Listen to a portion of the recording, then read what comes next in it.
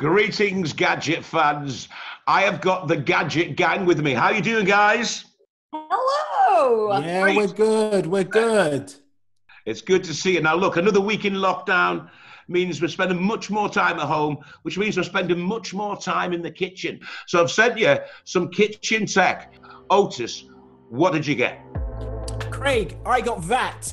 It's the Ninja Foodie Max. It has a 7.5 litre capacity. Its claim is that you can cook an entire meal for 4 with just 1 pot. And it claims to be able to air fry, bake, pressure cook, steam, saute, sear, grill, make yogurt. And you can also, you can dehydrate as well. So you can make your own crisps. Okay, what price does that come in at? It's only 180 quid, Craig. And when you think about all the things that it can do, I actually think that's a really, really good price. So what did you do with it then? I happened upon a raw chicken carcass that Christmas. Carcass. Yeah. Was it roadkill? I'm not haven't been driving my car. It was in the freezer. So I figured I was going to do a roast chicken. Pressure cooking allows you to reduce the time taken to cook a meal.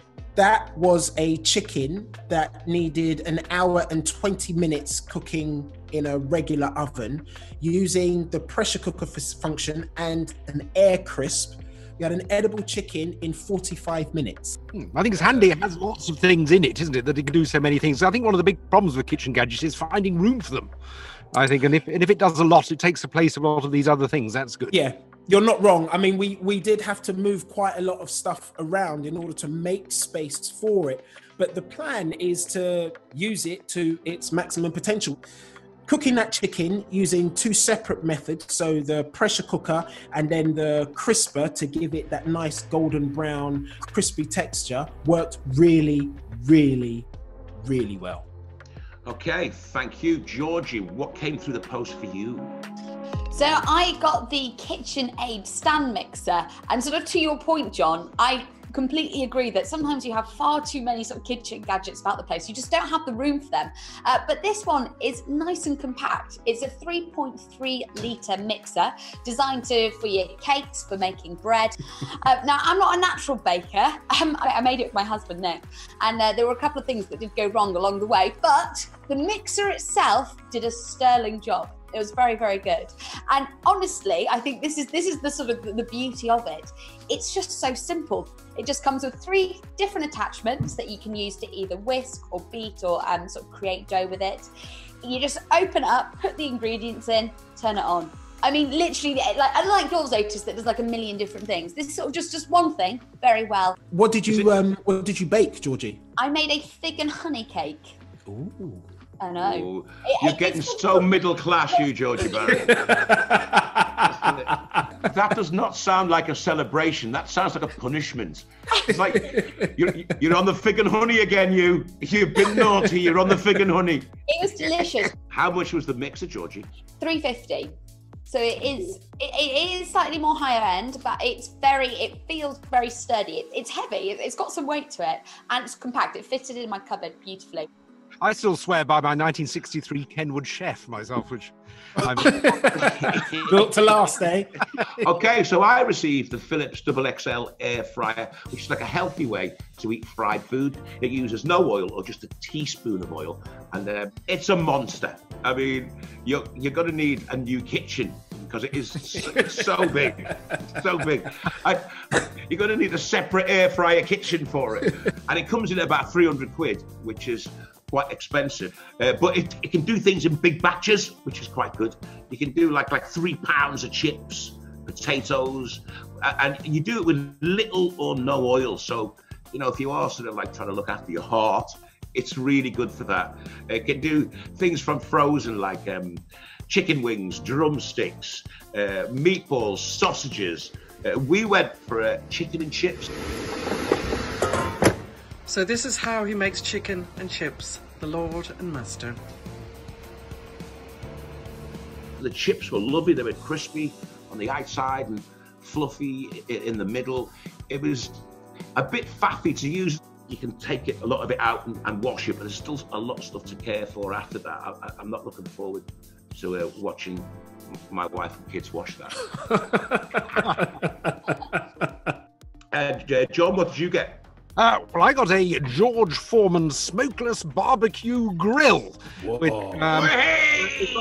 the idea is it's electrically operated, cuts down the smoke for your barbecue. You put the barbecuing things on top, plug it in either inside or outside, and the fat drips down onto a tray underneath. And then when it's all over, you can simply put all that in the dishwasher, apart from the base, and it comes out remarkably clean. I put it in now on 3 occasions. You obviously don't get the smoke. Do you want the smoke with your barbecue? So that's all part of it. That's part of the fun, really.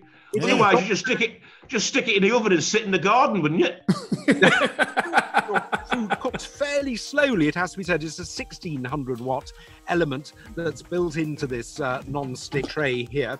And as you can see it there at the back, I've tried it on 3 occasions with the normal, very straightforward barbecue fare. You know, the beef burgers, the bacon, the steaks, and so on, sausages, and so forth. Generally, pretty good actually. I was impressed. It's 69 quid, which isn't enormous in terms of pricing. Used it both inside and outside. The dishwasher thing, I'm taking with that. Anything I can put in the dishwasher, I'm all over. Which actually, the KitchenAid could all go in the dishwasher. All the mixing bowls and stuff I put in the dishwasher. Similar with my Foodie Max. Most of the components can go in the dishwasher, apart from the pressure lid.